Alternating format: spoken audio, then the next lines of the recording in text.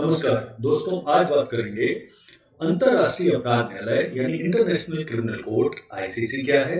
इसी के साथ इंटरनेशनल कोर्ट ऑफ जस्टिस यानी आईसीजे क्या है, दोनों न्यायालय में क्या अंतर होता है, क्यों चर्चा में है। तो इन सभी बातों की विस्तार से आज जानकारी प्राप्त करेंगे। सबसे पहले तो जानकारी ये प्राप्त कर लें कि ये चर्चा में क्यों है। अंतर्राष्ट्रीय अपराध न्यायालय यानी इंटरनेशनल क्रिमिनल कोर्ट ये चर्चा में इसलिए आरंभ हुआ है क्योंकि अभी हाल में ही जो इन आईसीसी के एक प्रोसिक्यूटर हैं करीम अहमद खान, उनके द्वारा यूक्रेन पहुंचकर 5 मार्च 2022 को इस बात की जांच आरंभ की गई है कि क्या रूस या उसके राष्ट्रपति व्लादिमीर पुतिन द्वारा यूक्रेन में किसी तरह के कोई वार क्राइम किए जा रहे हैं, कोई नरसंहार किया जा रहा है, जनता को परेशानी पहुंचाई जा रही है। इन सभी बात की विस्तार से वो जानकारी कर रहे हैं। अब देखते हैं कि आईसीसी की स्थापना कब हुई। तो आईसीसी, ध्यान रखिए कि ये संयुक्त राष्ट्र संघ का हिस्सा नहीं है, लेकिन ये पूरी तरह से संयुक्त राष्ट्र संघ के सहयोग से ही कार्य करता है। ये मूल रूप से इसकी जो स्थापना है संगठन की वो की गई थी, एक रोम स्टैचू है यानी रोम संविधि है, उसके द्वारा 1998 में इसकी स्थापना की गई थी। 17 जुलाई 98 को 120 देश द्वारा रोम संविधि को अपनाया गया था और इस तरह से जो आईसीसी है वो 1 जुलाई 2002 को अस्तित्व में आ गया था, यानी जो इसकी स्थापना है वो 1 जुलाई 2002 को हुई थी। अब इसके सदस्य देश देखते हैं तो देखिए कुल मिलाकर 123 देश जो थे वो रोम संविधि यानी रोम स्टैचू के पक्षकार हैं यानी सिग्नेटरी हैं और आईसीसी के अधिकार को मान्यता देते हैं। और हाल में ही 124वां देश मलेशिया भी इसमें जुड़ गया है। यहाँ एक चीज बहुत ध्यान से याद रखिए कि भारत, चीन, अमेरिका, रशिया, यूक्रेन रोम स्टैचू यानी रोम संविधि के पक्षकार देश नहीं है। अब इसका मुख्यालय कहाँ पर है? तो इसका जो मुख्यालय है आईसीसी का वो भी हैग में है, जहां पर आईसीजे का भी मुख्यालय है। तो उसी एक परिसर के पास ही ये मुख्यालय भी स्थित है। अब इनके प्रमुख रूप से कार्य क्या है जो कि सबसे इंपॉर्टेंट है। तो आईसीसी की स्थापना विभिन्न अपराधों के खिलाफ जांच करने के लिए की गई है। ये व्यक्तिगत तौर पर अगर किसी व्यक्ति ने, तानाशाह ने, डिक्टेटर ने अपराध किए हैं किसी देश में, किसी अपनी जनता के विरुद्ध या किसी दूसरे देश की जनता के विरुद्ध, तो उसकी जांच प्रमुख रूप से करते हैं और 4 प्रकार के अपराध की जांच करने के लिए इसे बनाया गया है। तो वो 4 प्रकार के अपराध कौन से हैं? पहला अपराध है नरसंहार यानी जेनोसाइड। दूसरा अपराध है मानवता के विरुद्ध अपराध यानी क्राइम अगेंस्ट ह्यूमैनिटी। तीसरा है युद्ध अपराध यानी वॉर क्राइम्स। चौथा है आक्रमणता का अपराध यानी क्राइम ऑफ एग्रेशन। ये जो रशिया वाला यूक्रेन में किया जा रहा है ये इस चौथे तरह के अपराध की श्रेणी में आता है यानी आक्रमणता का अपराध, क्राइम ऑफ एग्रेशन। यहां पर एक चीज ध्यान रखिए कि आईसीसी व्यक्तियों पर मुकदमा चलाती है क्योंकि इसके अधिकार क्षेत्र किसी सदस्य राज्य में हुए अपराध या उसके नागरिक द्वारा किए गए अपराधों तक विस्तारित है। अच्छा, एक चीज और भी ध्यान रखना है, आईसीसी किन अपराधों की जांच कर सकती है? तो ये प्रमुख रूप से 1 जुलाई 2002 यानी जब इसकी स्थापना हुई उसके बाद के ही अपराधों की जांच करने में सक्षम, यानी इससे पूर्व हुए अपराधों की जांच ये नहीं कर सकते। फिर आईसीसी की संरचना देख लेते हैं। तो देखिए आईसीसी की जो संरचना होती है वो प्रमुख रूप से जो सदस्य देश हैं उनके द्वारा बजट और उनके द्वारा प्रोसिक्यूटर और न्यायाधीशों के चुनाव के द्वारा की जाती है।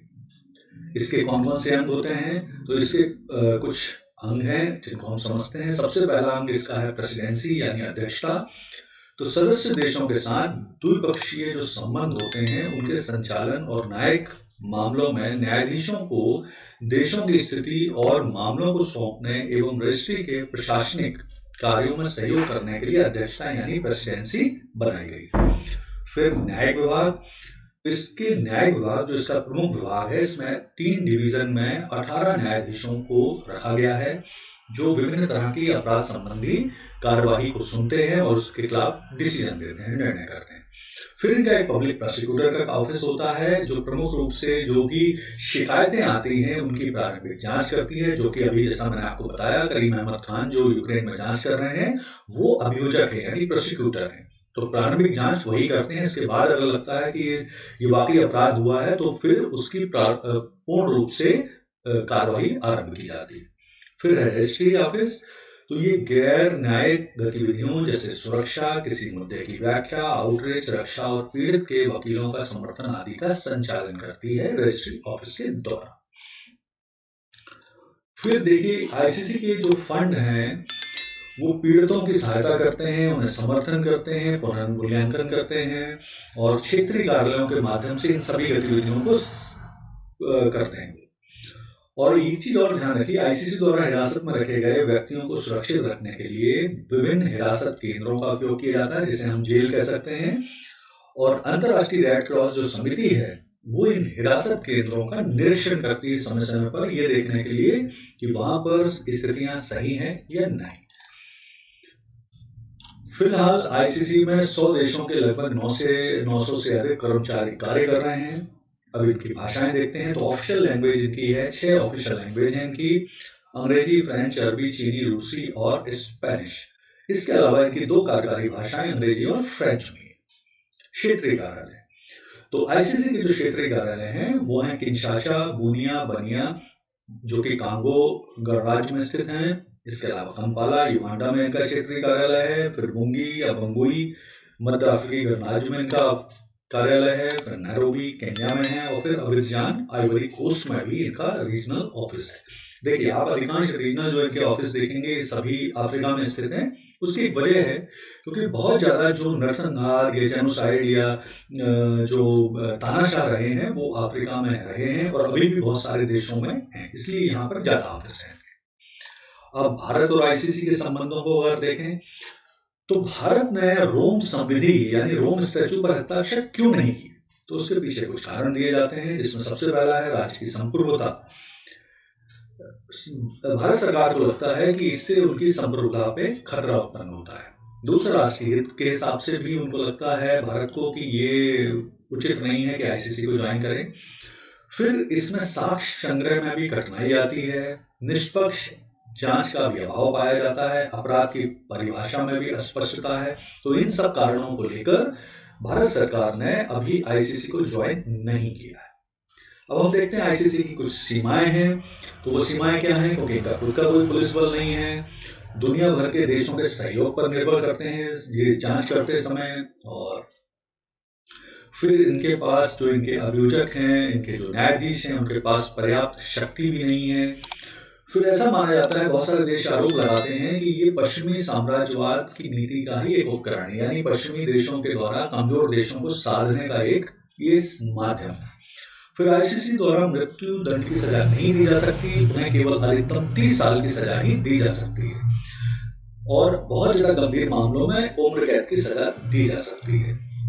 फिर आईसीसी के पास कुछ पूर्वी प्रभाव क्षेत्र नहीं है, क्योंकि ये 1 जुलाई 2000 बाद के ही अपराधों की जांच कर सकते हैं। फिर इसमें बहुत सारा विलंब है, डिले का भी बहुत ज्यादा प्रॉब्लम होता है। फिर यहाँ पर इनके पास पर्याप्त स्टाफ भी नहीं है, जिससे ये इनको प्रॉब्लम होती है अपने काम को करने में डे टू डे।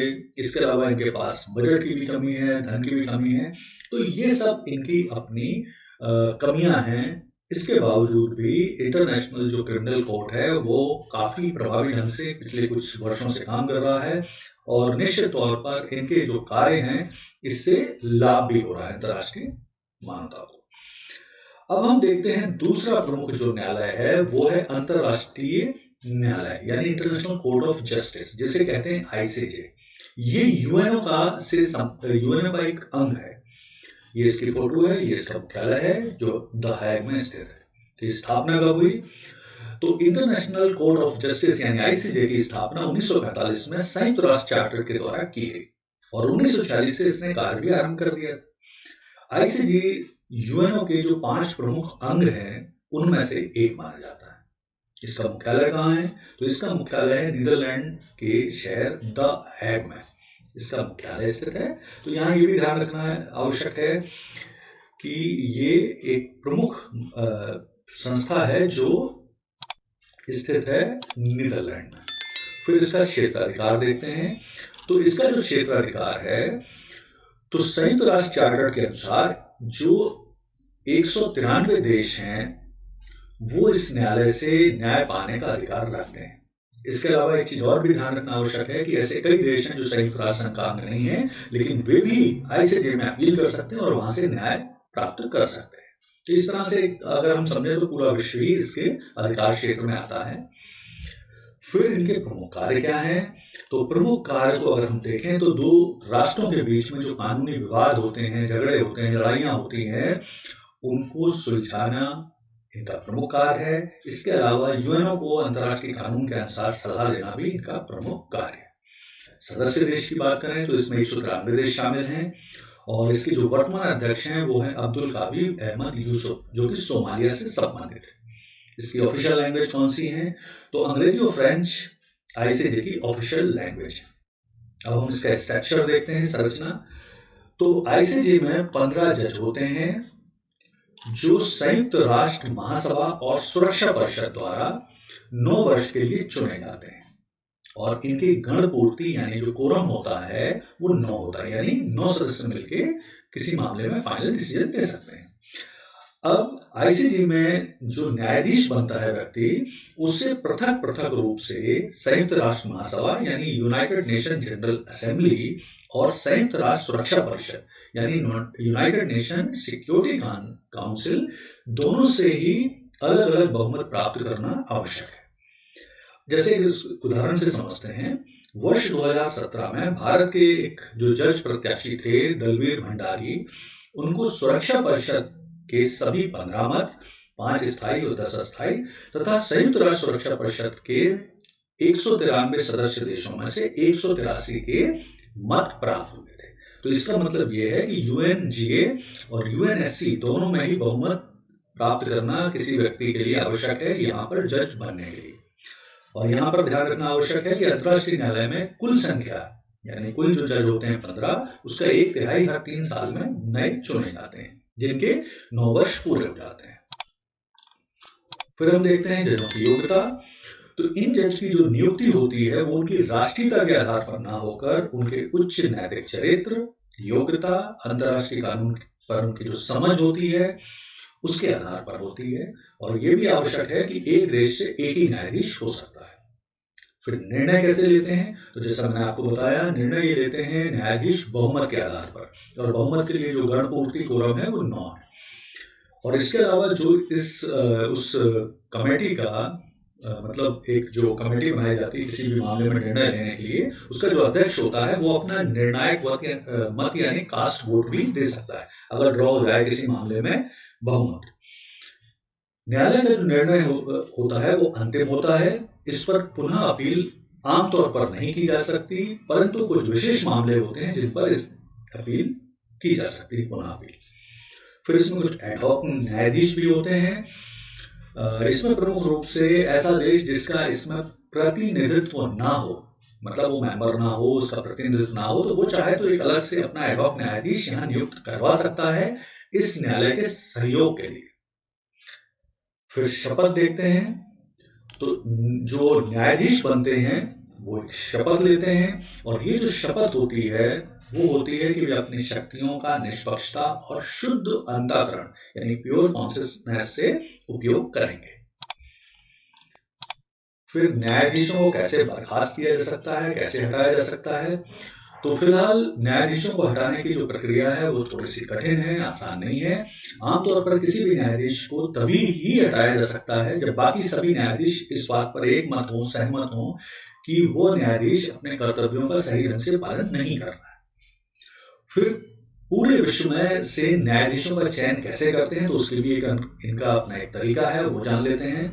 तो पूरे विश्व में अफ्रीका महाद्वीप से 3 न्यायाधीश, लेटिन अमेरिका और कैरेबियन देश से यानी दक्षिण अमेरिका और कैरेबियन देशों से 2 न्यायाधीश, एशिया क्षेत्र से 3 न्यायाधीश, पश्चिमी यूरोप और अन्य राज्यों से 5 न्यायाधीश, पूर्वी यूरोप से 2 इसमें न्यायाधीश चुने जाते हैं। इस तरह से 15 न्यायाधीश चुने जाते हैं। और भारत से देख लेते हैं अब तक कौन न्यायाधीश बने हैं।